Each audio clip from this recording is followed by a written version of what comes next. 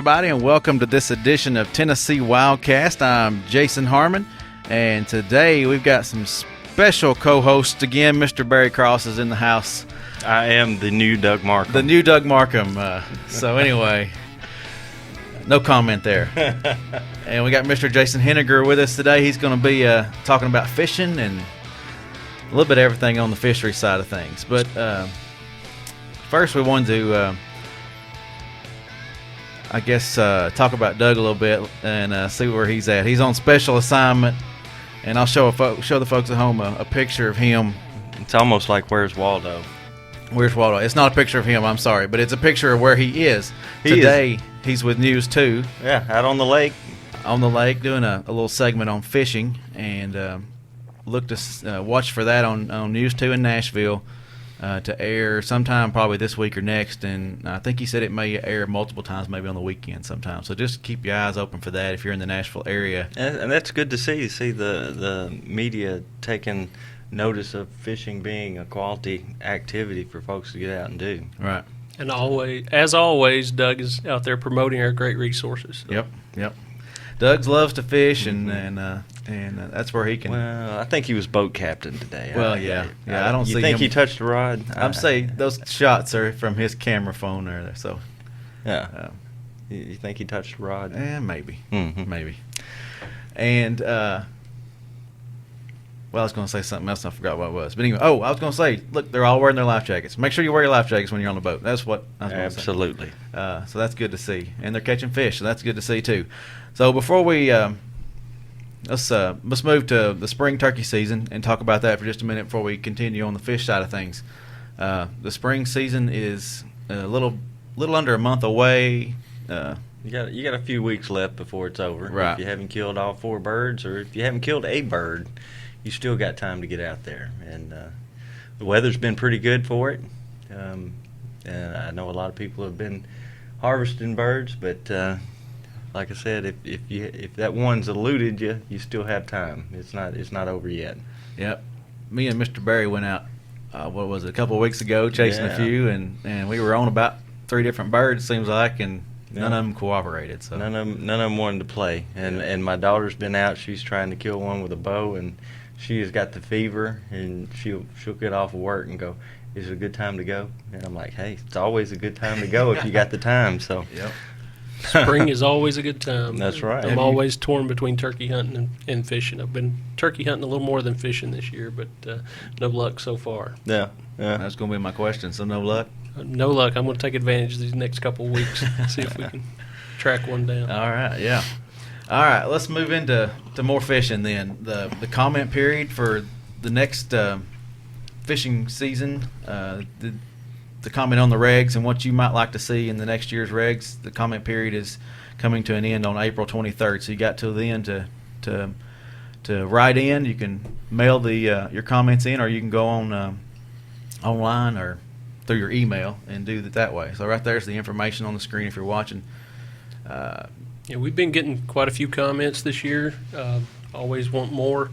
It kind of gives us a way to gauge what's going on out there, what's on the fishermen's minds, and all these comments are collected into a book, and that's given out to our commission and to our fisheries biologist. And we usually have our fisheries biologist meeting in May, and we go over all these comments and take into account what people are seeing out there, what's on their mind, what they want to see changed. So if you have something you really feel adamant about, if you write in, it gets consideration. Yeah, each one of these gets read, gets responded to, and we take all this into account when we sit down and start talking about upcoming regulation changes for the year.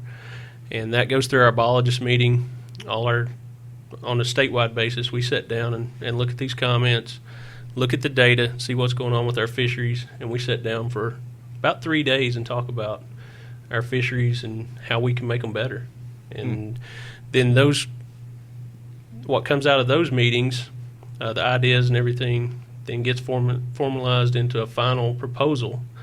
Those are presented to our commission at usually the August meeting. I think we're going to go a little bit early this year, maybe if we have a July meeting, I think we're going during that time frame. And then there'll be another short comment period on those proposed regulations. So we give the anglers, sportsmen, 2 chances. We give them a chance to tell us what they're thinking and then tell us what they think about the proposals we've made.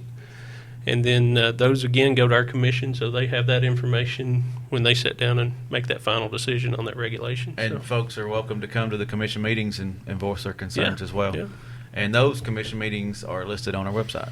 So you can go to tnwildlife.org and see when those commission meetings are happening. And if it's not up there right now, it will be up there soon. Some of them might be TBA as far as where they're located, but I think most of the dates are out there. But anyway, that's how you can let us know your thoughts and ideas maybe on the fishing seasons, and we'll take those into consideration. So now, Jason, I don't know if I mentioned you're the assistant chief of the wildlife or the fisheries division, and you said fishing's good right now. Fishing is good. And we're going to talk about some of that. I was going to show them there's some crappie. And I received this photo from an angler on Kentucky Lake about a week ago, and the smallest fish in this picture is a legal fish. That's a 10-inch fish. So those others, I don't know the exact size, but you can see that there's some quality crappie being caught on Kentucky Lake right now.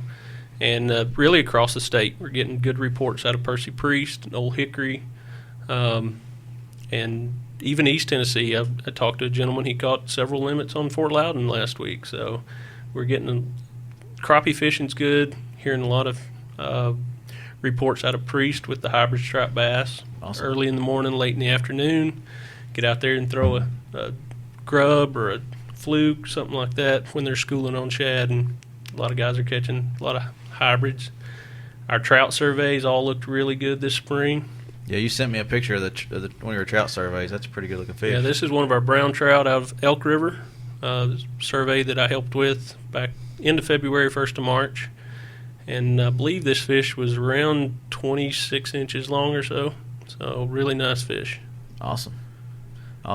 And we're going to talk about some youth events that are coming up. It's about to heat up. Free Fishing Day will be here in June, right? Is it June? Yep. Or July? Well, Free Fishing Day is June 10th. June 10th. But we have over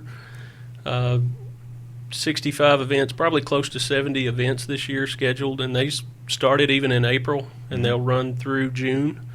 To do that many events, we've got a lot of people backing us, a lot of support, a lot of companies and organizations that back these.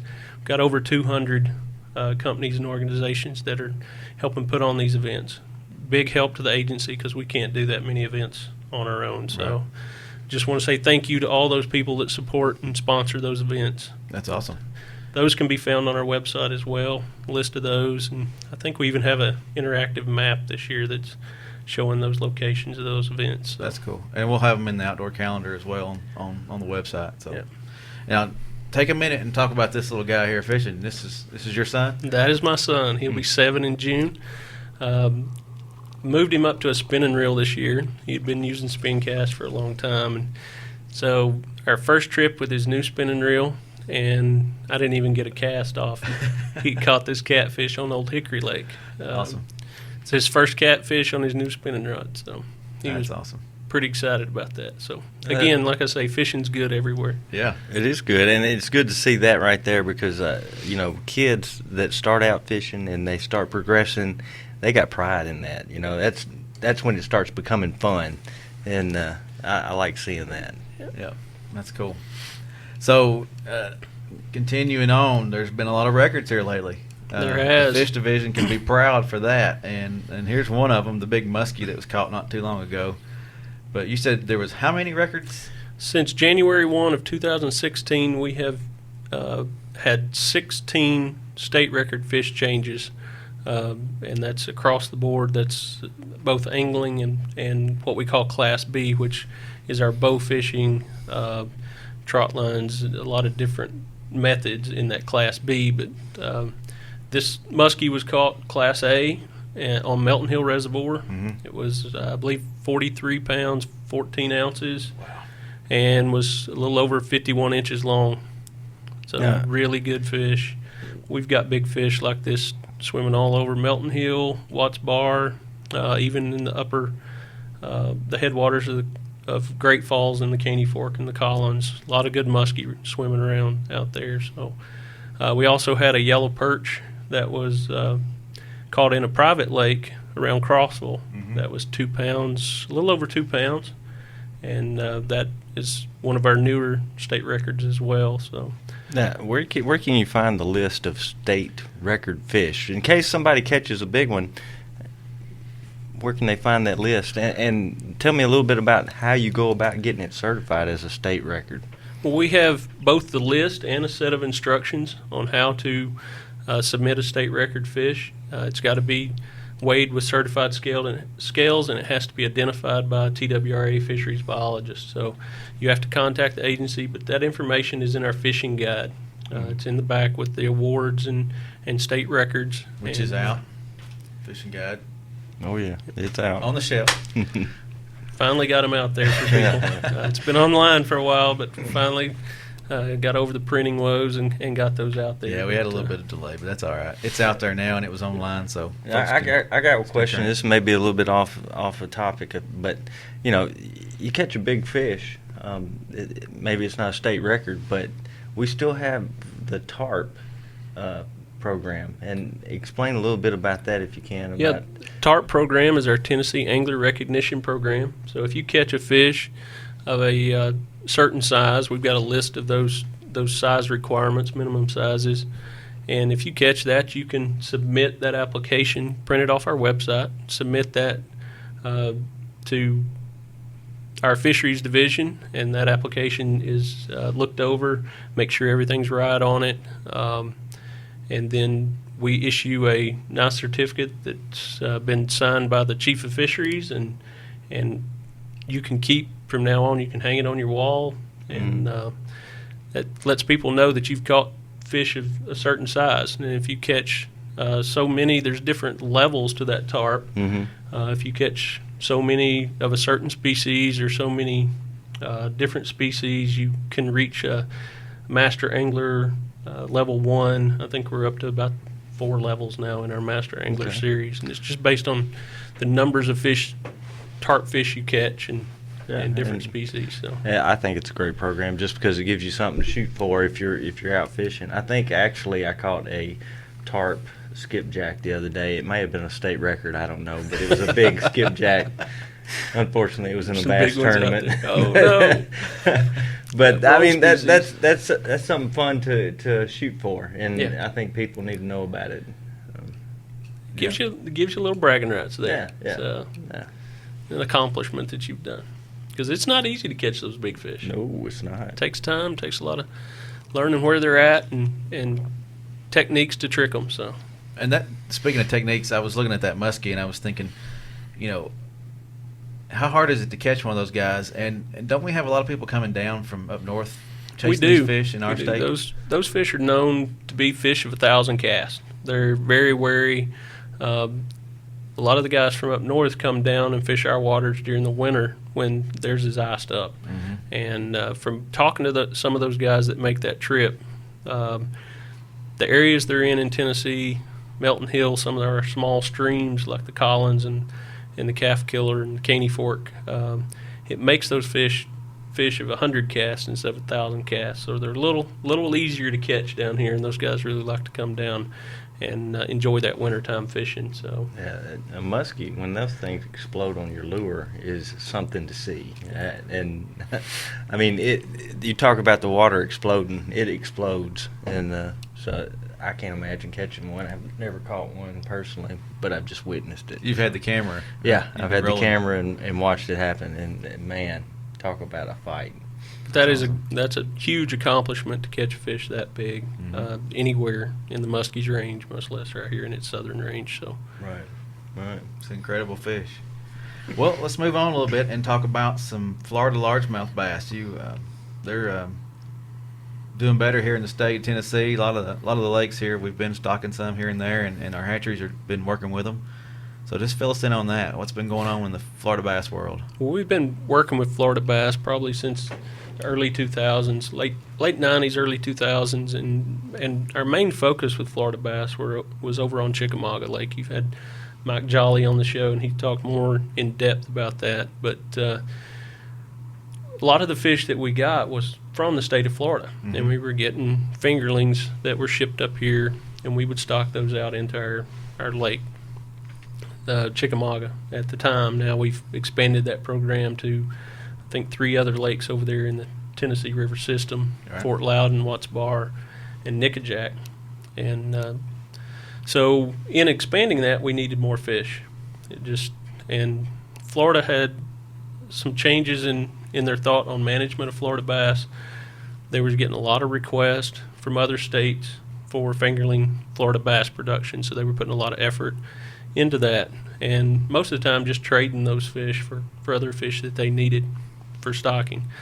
It's how a lot of the hatcheries and our state agencies, we do a lot of fish trading. Right. And we may be really good at producing hybrid striped bass or striped bass, and we'll trade those for muskie or Florida bass or a couple different species that we need that we're not as good at producing. So we were able to get fish from Florida for many years, and they had some changes in their philosophy on sending those fish out. So they informed us that they would be able to send us a couple thousand fish for each year for broodstock, to maintain our broodstock, but they would not be able to send large numbers like they had in the past to stock straight into the lakes. Right. So we got to thinking about it with our expansion, and we decided that we needed to expand some of our hatchery space. And at Humboldt Hatchery in West Tennessee, we built a 5,000 square foot Florida bass facility. And you see a couple pictures of it here where we have the long raceways. And what we do, we put broodstock, larger Florida largemouth, pure Florida largemouth into those raceways, and we put you can see the little black square mats there, and those are spawning mats. And we space those out down the raceway, and those fish will pair up and actually spawn on those black mats. And then we can remove those black mats and enumerate the number of eggs we've got, move those over into another raceway, and let those fish, those eggs hatch, and the fingerlings just simply drop off those mats. So you don't have to do like walleye and strip anything. No, you can't. With the bass species, it's easier just let them do it on their own, because one female her eggs may develop a little differently. She may have a lot of eggs that become ripe. She'll spawn with several males on different mats, and then it may be a couple days and she's ready to spawn again. She won't spawn all those eggs at one time. So, I did not know that. Yeah. So we just let them do it naturally. We remove the mats, replace them with new mats, and about 3 weeks ago, David Roddy come in my office, and he was kind of panicked because we had the water temperature right, we had the fish in there, and we only had one pair that had spawned off. Yeah. And he called some contacts he had, and they said, well, try to increase your photo period. And that's one thing about this building, doing the spawning inside, we can control the daylight period. So we bumped it up a couple hours, and we had 20 pairs that spawned off within a couple of days. So wow. We were able to produce, so far, we've produced about 350,000 fry is what we think we've got so far. So we still do trades with Louisiana and Texas, and David's actually off getting fish right now on a trip to Texas. So we appreciate all our states that help us with this program, and it's turned out to be a really good program for us. And the fish from Texas are Florida largemouth? Is that Yes. right? Yeah. And it's well received by anglers. Anglers are all excited about it. Yeah, they would love to Having see Florida them on bass. other bodies of water that, but Well, it doesn't always work on it doesn't work on every body of water, does it? It doesn't. And the big fish that we're seeing on Chickamauga are not true Florida largemouth. They're not 100% Florida largemouth. They're that first generation, that F1.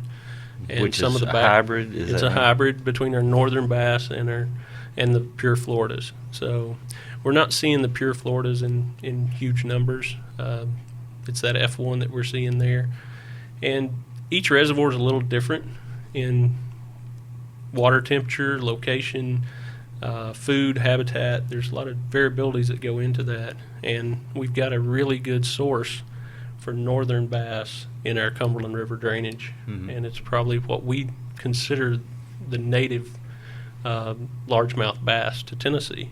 So we want to protect that and keep that source there in case we need it in the future to stock some of these northerns back in to maintain that F1 hybrid. So. And correct me if I'm wrong, the Florida bass, really Chickamauga, that's about the northernmost part of their range. Is that why you haven't looked at other? It's a little bit north of the. I worked in Texas for about 4 years, and some of the reservoirs that we stocked there was even a little more southern than Chickamauga, as far as lakes that we looked at to be lakes that we could manage pure Florida bass. So, but Chickamauga has done well for sure with the Florida bass stockings that we've done. And we had the state record come out of Chickamauga. We did. Back to those state records. Yeah. Any more on Florida largemouth that you can think about you want to say? I think we've covered it pretty good. We're working hard to get those fish produced, and we think we're with the help of Louisiana and Texas this year, we'll definitely meet our goals as far as our stocking numbers this year. But we're striving with this new facility to be self-sufficient with these Florida bass. That'd be awesome. Well, since that state record came out of Chickamauga, do we know if it was a F1 hybrid or some testing on it early testing we got suggested it was an F1. Okay, so Florida bass did play a role in that. Yes, they do, for sure. Awesome. All right, let's move on to Asian carp. They've been a hot topic here lately as nuisance and as good tasting fish as well. Yeah. So a couple shots here on the screen is And which one of you said, hey, let's eat one of those? yeah. Hey, they're pretty good. Well, when you have that many fish swimming around jumping in your boat, you got to find out what they're good for. That's right. And they're actually really good to eat. There's several. The commercial fishing industry has really not developed around these fish like we had hoped. They are harvesting some fish off of Kentucky Lake in Tennessee waters. The numbers, from what we can understand, the numbers that the commercial processors want is just not there yet, which is a good thing in our eyes as an agency managing for a nuisance species. But they are harvesting quite a few out of Barkley in Kentucky on the Kentucky side, and there's several processors up there in Kentucky that you can obtain these finished fillets from at about $5 a pound. There's a couple of restaurants around that are in the Franklin area that I know of that's selling Asian carp on the menu, and it's a really mild tasting fish. It's not, a lot of the fish have a real strong fishy taste to them, and Asian carp really seasons up well. I've had it grilled, I've had it baked, I've had it fried, and it's good any way you fix it. I swear, the way y'all are fixing it here in this shot, it's like a chicken nugget. I mean, it's it's lightly battered. It was perfect, and it grills or it fries up pretty firm. It's more like chicken than it's like fish. Yep. I found a long time ago that the way I like to eat fish is more in the strips or nuggets, and it fries up really quickly, so it makes for an easy way to eat it while you're cooking it, and so I really like to eat fish. The cook always gets a little he likes you got fish a taste sticks. test. How do you think it's so good if the cook doesn't taste That's it? right. So It's a good way to get the kids to eat it. You said fish sticks. Yeah. There you go. They're definitely really good to eat. We have been receiving reports on Kentucky Lake this spring, probably the last couple weeks, of Asian carp, silver carp, that have been swimming erratically, jumping out on the bank, and they're finding thousands of fish dead on the bank. That's happening in Kentucky and in Tennessee on Kentucky Lake and Barkley, and we really don't know what's going on. Kentucky, the Natural Resource Agency in Kentucky has sent off some fish to a lab at Warm Springs, Georgia, for some testing, and that came back. Some early testing came back that there was about 7 different types of bacteria that was on the fish. We don't know what the effects of that bacteria are, or if it's just if they got dead fish, and that's a natural occurrence for that bacteria to start to grow after that fish dies. We've collected some fresh fish, almost dead, and sent those off to Warm Springs overnight. So we're awaiting those results from that test. So, but this is something that we really can't explain. We had a fish kill a couple years ago below Kentucky Dam where there was about 500,000 silver carp died then, and we really couldn't trace that to any one source or any one cause. So, and we haven't seen an effect on the sport fish at all. We have not. We've not seen any native fish in these fish kills at all. It's just been silver carp for the most part. So, well, maybe they take care of themselves. Who knows? Who knows? All right. Well, on the big fish topics, these dinosaur looking fish. We got the sturgeon, and this is one that you see here. This was one that was caught below Center Hill Dam not too long ago. I think we showed it on the show. It's been on Facebook and stuff. But you all were doing some studies on what body of water was it? We've this past fall we caught one of the biggest sturgeon that we've caught in the state of Tennessee. It was this fish. It was 52 inches long. That was on Chickamauga over on the Tennessee River. We've stocked close to 200, a little over 200,000 fish in Tennessee waters since 2000, and they're making a good comeback. The water quality's improved in our tailwaters and in our reservoirs, and we're seeing fish from every year class that we've stocked out there, and they're doing well on the Tennessee, and they're also doing well on the Cumberland. And that first fish you showed there was that fish was caught below Center Hill Dam, and we've had probably 10 or 12 reports from Center Hill Dam in the last 6 months of sturgeon being caught there.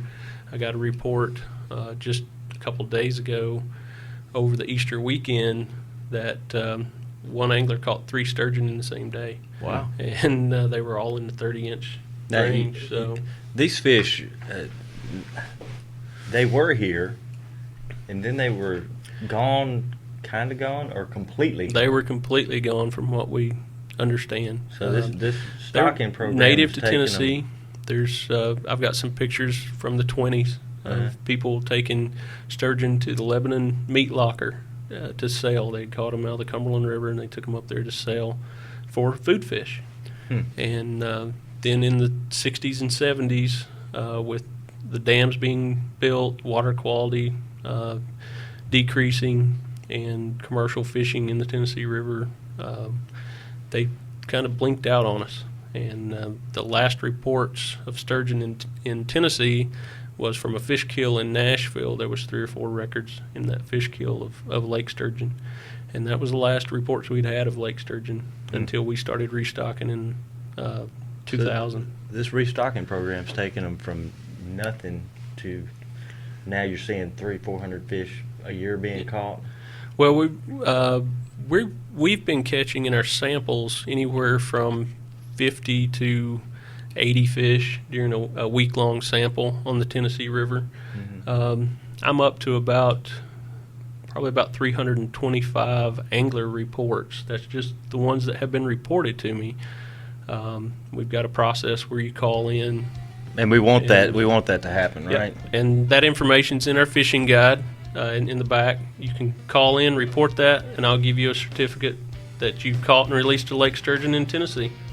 Wow. So don't keep them. Take a picture, send us the information, and let us know you're catching them, but you got to release them. And someday they're going to be 8 foot long, right? 8 foot long and 150 pounds. That's what I'm waiting on. That's awesome. Barry and I will go out there and try to get some footage of that and share it with you. Take Jason with us. But anyway, hey, thanks for watching this edition of Tennessee WildCast. Thanks for listening. We're always out there. You can catch this show at tnwildlife.org. That's the best place to start and find us there. We're out there all the time. Keep following our social media. Thanks, Jason, for being with us. Thanks, Barry. And Doug, we'll see you next week. All right. Thanks, everybody.